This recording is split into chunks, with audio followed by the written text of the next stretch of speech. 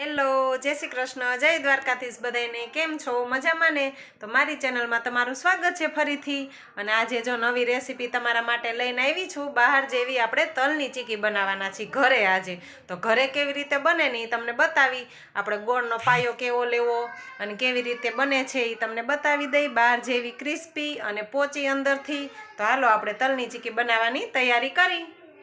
તો આપણે છે ને જો તલની ચીકી બનાવવા માટે આપણે 500 ગ્રામ તલ લઈ લીધા છે ને 500 ગ્રામ ગોળ. આપણે આ ચીકીનો ગોળ આવે ને એ જ લીધો છે, કોલ્હાપુરી ગોળ કહેવાય આને.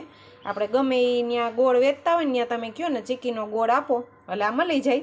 અને બીજો સાદો ગોળ હોય એની પણ થાય, પણ આની સરસ થાય. એટલે આપણે ચીકીમાં આજે આપણે આ વાપરવાના છીએ ને. આપણે ગળને છે ને જો આવી રીતે સરસ ભૂકો કરી લીધો છે. એટલે માપ આપણે જેટલું તલ લઈએ એટલો આપણે ગોળ લેવાનો છે ને. પહેલાં આપણે જો તલ છે ને એને કાંઈ નાખવાનું નથી તલમાં, અને આપણે એમનેમ છે ને પહેલાં થોડાક શેકી લેવાના છે. એટલે આનું છે ને ભીનાશ જેવું જે બધું હોય ને એ વયું જાય ને કડકડા અને સરસ અને ક્રિસ્પી ખાવામાં આપણી ચીકી મસ્ત થાય. તો હવે આપણે આને પહેલાં શેકી લઈએ તલને. આવી રીતે સતત છે ને હલાવતું જવાનું અને શેકતું જવાનું, બહુ નહીં પણ થોડા ઘણા આપણે શેકી લઈએ. જો આ કઢાઈ લઈ લીધી છે, આમાં 1 ચમચી ઘી નાખ્યું છે. તો હવે ઘી આપણું ગરમ થઈ ગયું છે અને હવે આમાં આપણે ગોળ નાખી દેવું.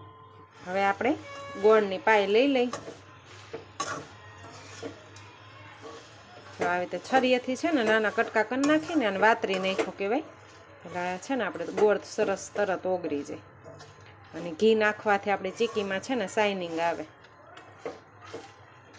ચાલો કેવો પાયો લેવો એ તમને હું આગળ બતાવું.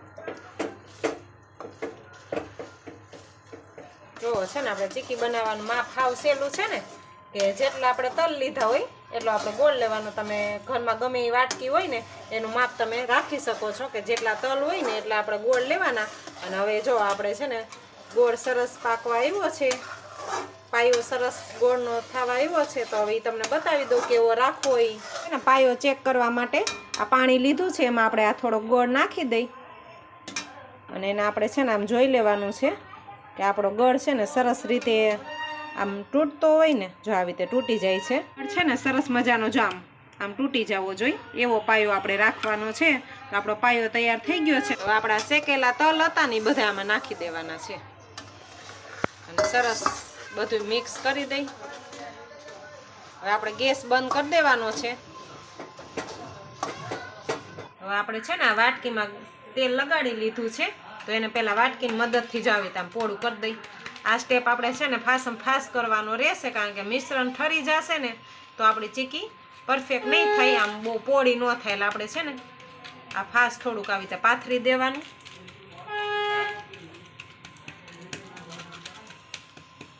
જો આવી રીતે ધીરે ધીરે છે ને આ પાથરી દીધું ને.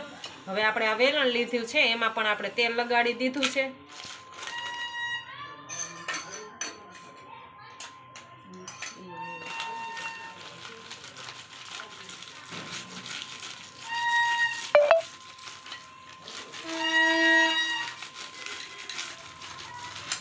સરસ મજાનું વેલણથી છે ને આપણે એકદમ પતલી પતલી કરી લીધી છે. તો તમારે જેવી રાખવી હોય એવી. હવે આ ગરમ છે ને ત્યાં જ આપણે છરીની મદદથી આમાં પીસ કરી લેવું.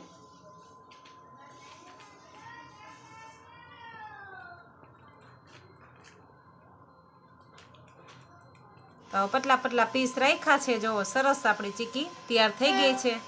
તો જો આપણે છે ને તલની ચીકીની રેસીપી તમને બતાવી દીધી કે હું આવી રીતે ઘરે બનાવું છું.